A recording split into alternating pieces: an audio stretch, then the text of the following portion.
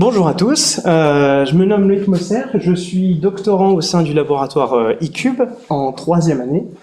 Le travail que je vais vous présenter a été développé en partie dans le cadre de mon projet de thèse et dans le cadre de plusieurs stages, notamment sous la direction de Dr Bernard Tchèque, Dr Barbet, Dr Hubert et Professeur Renaud. Il porte sur la fabrication additive instrumentée pour les matériaux visqueux. Notez la généralisation de matériaux visqueux. Nous allons illustrer l'ensemble de nos recherches sur le silicone, mais bien évidemment, l'ensemble de ces développements peuvent être appliqués à un ensemble de matières visqueuses.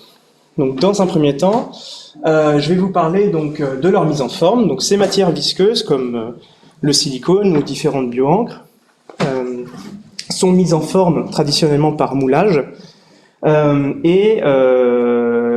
avec ici l'exemple d'un moule ouvert dans lequel on vient directement couler notre matière visqueuse et attendre sa réticulation pour ensuite venir la retirer.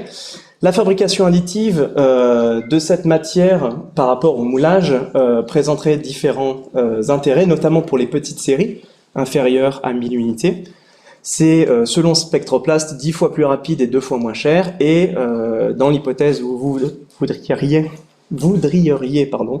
fabriquer votre moule en fabrication additive pour accélérer le processus de fabrication du moule, puis ensuite venir couler votre pièce, des études montrent que la fabrication additive est plus précise que le moulage si le moule est fait en fabrication additive, car on additionne les imprécisions de fabrication.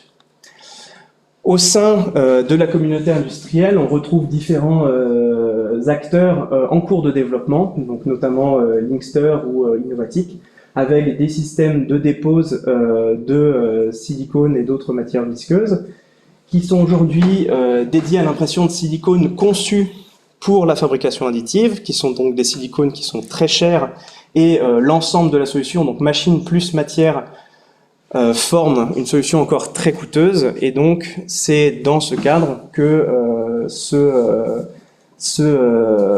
place mon travail de thèse.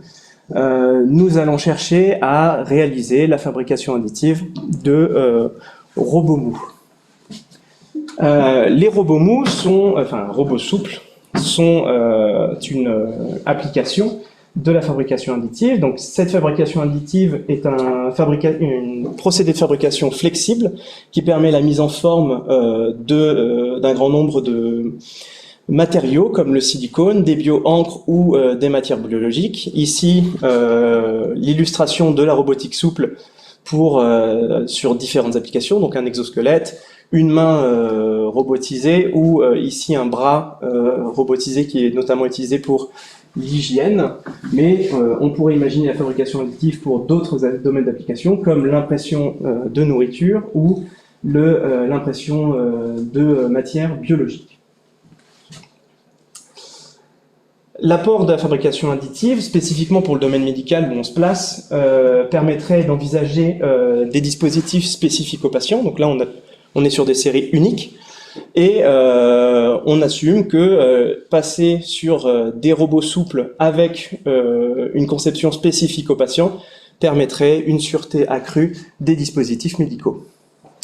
Pour déposer ces matières visqueuses, nous avons identifié 4 méthodes dans la littérature. Donc la dépose en gel, où on vient directement déposer la matière visqueuse dans un substrat qui va permettre de tenir la matière durant sa réticulation.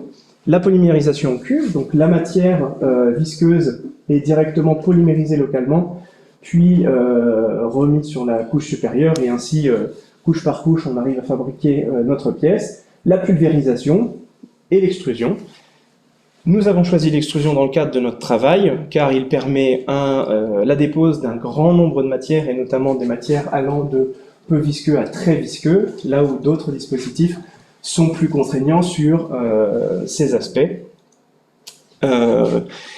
Nous allons, comme répété en introduction, illustrer tous nos travaux sur la dépose de silicone. Les silicones viennent en 4 technologies qu'on peut acheter directement dans le commerce. Des silicones qui polymérisent quand on mélange leurs 2 phases, des silicones qui polymérisent en contact avec la température ou les UV, et enfin le silicone que vous connaissez tous, que vous avez utilisé pour faire vos salles de bain, vos joints de cuisine. C'est le silicone qui polymérise au contact de l'humidité de l'air.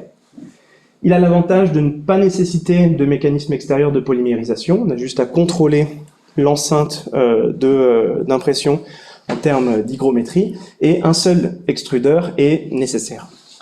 Donc, le challenge de la dépose de ce genre de matière, c'est que durant l'ensemble de la dépose, la matière, couche par couche, n'a pas le temps de réticuler, et qu'elle est donc toujours en phase fluide, et que cela peut amener un grand nombre d'échecs, notamment dus aux conditions d'impression, qui peuvent changer au cours de l'impression ou être inadaptés dès le début. Donc notamment en termes de débit, température, d'humidité, les paramètres d'impression jouent énormément, les bus utilisés et la qualité du plateau d'impression, et ainsi de suite. Énormément de facteurs qui peuvent faire passer cette pièce à l'échec. Donc ici, j'illustre donc la plateforme qui a été fabriquée dans le cadre de ce projet de thèse. C'est une plateforme cartésienne avec une buse de dépose de précision. De cette manière, on gère précisément le débit de dépose et on règle ainsi le premier problème qui porte sur justement la gestion de ce paramètre important qui est le débit.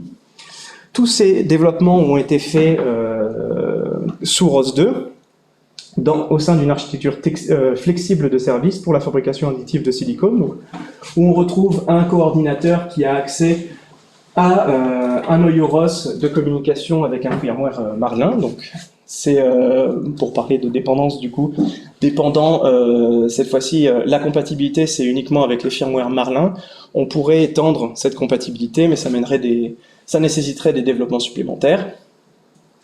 Et les deux communiquent l'un avec l'autre à travers par des trames de G-code.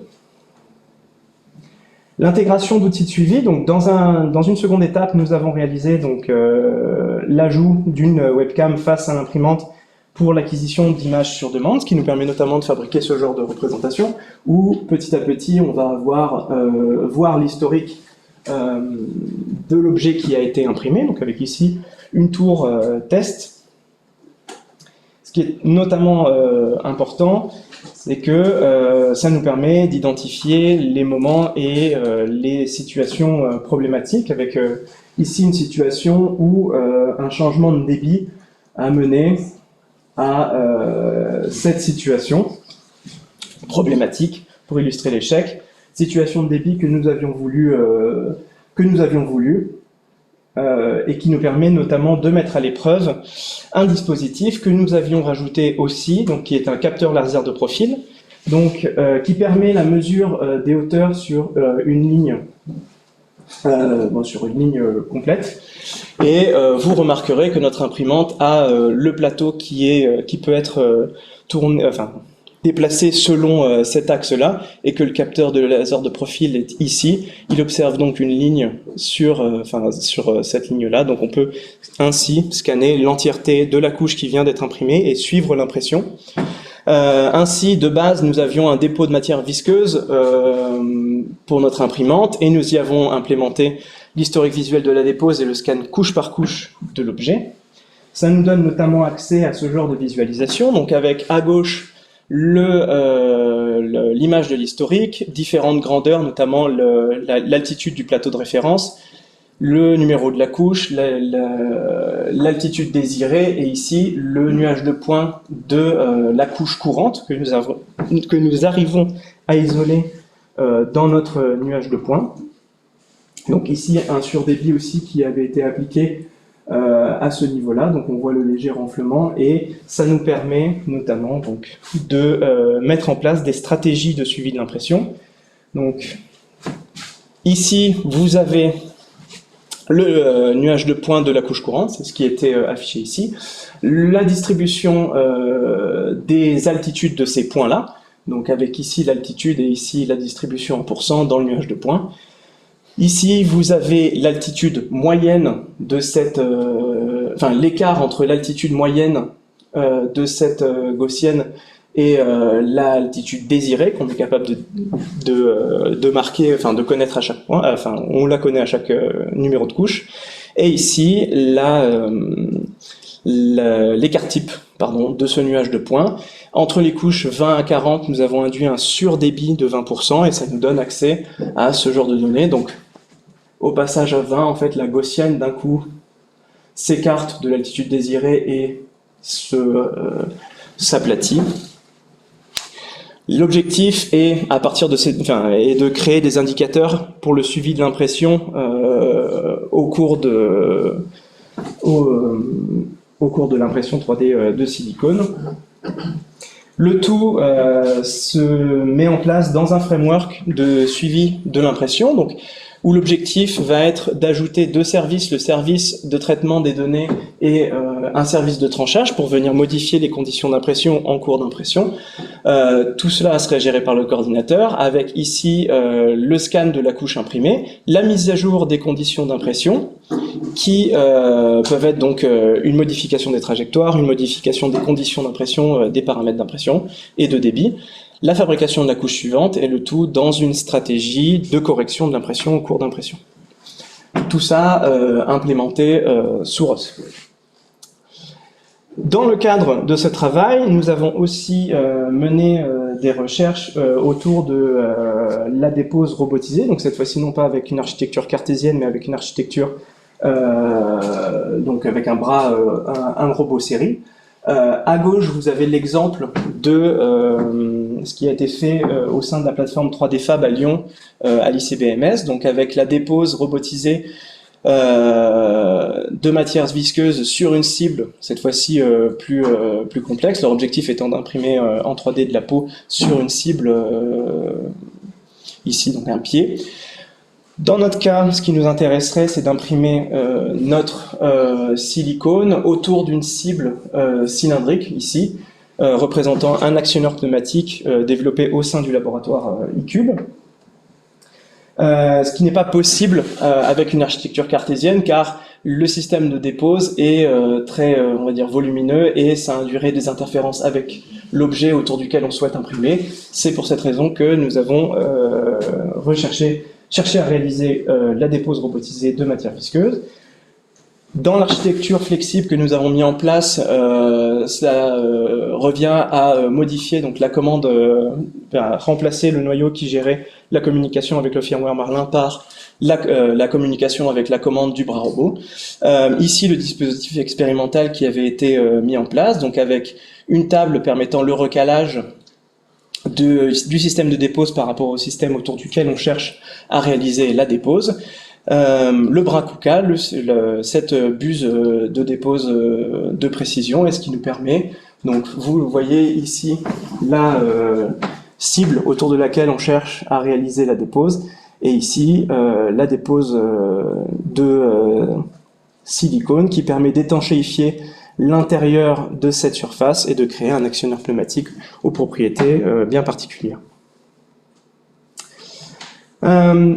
En perspective, donc pour l'instant, nous en sommes au travail de développement des indicateurs de suivi de l'impression et en perspective à court terme, nous cherchons à corriger l'impression in situ grâce au suivi mis en place.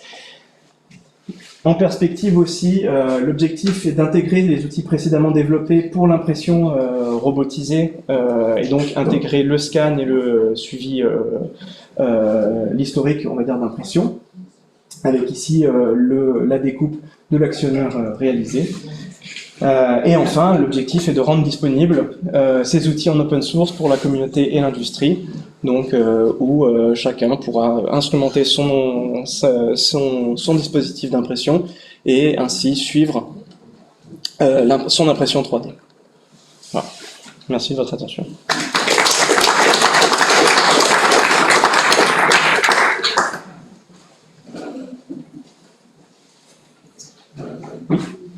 Donc c'est super de récupérer toutes ces données. Après, j'imagine qu'on peut modifier soit par exemple le débit, soit la vitesse d'impression pour corriger ça. C'est quoi les stratégies pour définir quel est le meilleur débit ou la meilleure... comment vous avez plusieurs leviers pour résoudre le problème. comment vous savez lequel vous allez actionner? Bah, ça va s'intégrer nécessairement dans un protocole expérimental qui va venir tester les différentes possibilités.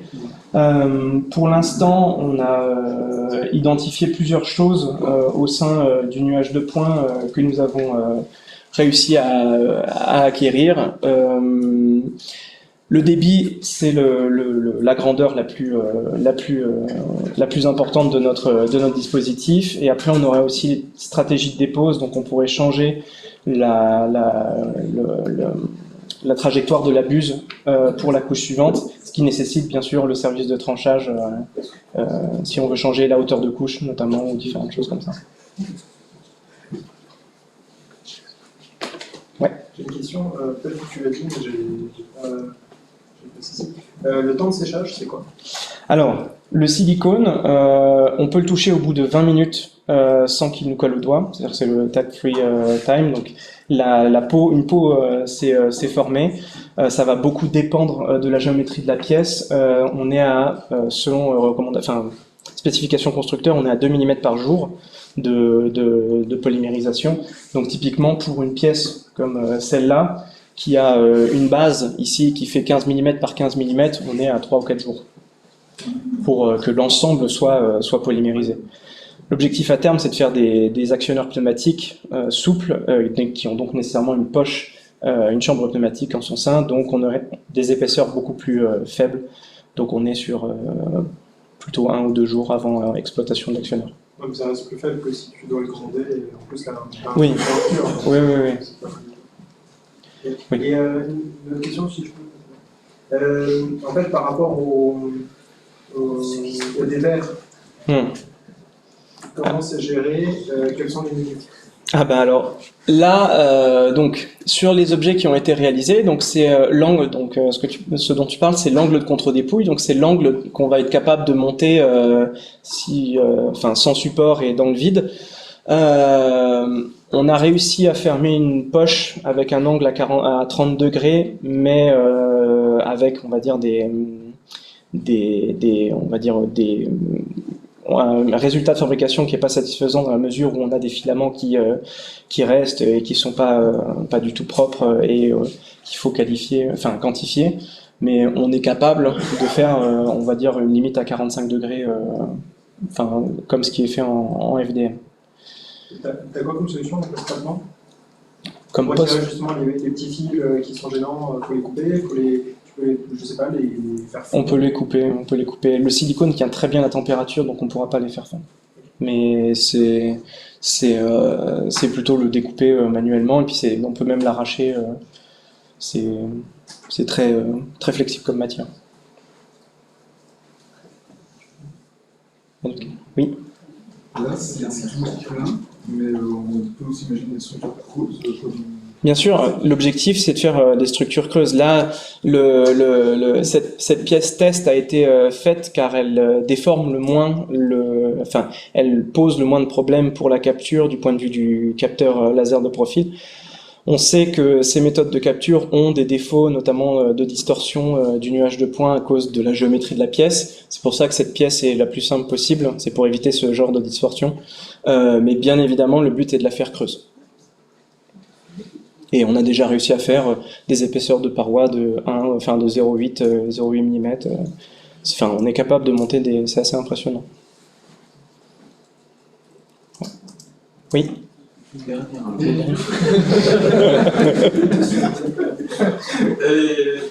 Pardon si je n'ai pas compris, mais est-ce que le liquide est généré en boucle fermée ou pas? Pour l'instant, non, il est généré au début de l'impression et on observe le déroulement de cette impression au cours du temps. C'est à terme, l'objectif est de le faire effectivement en boucle fermée.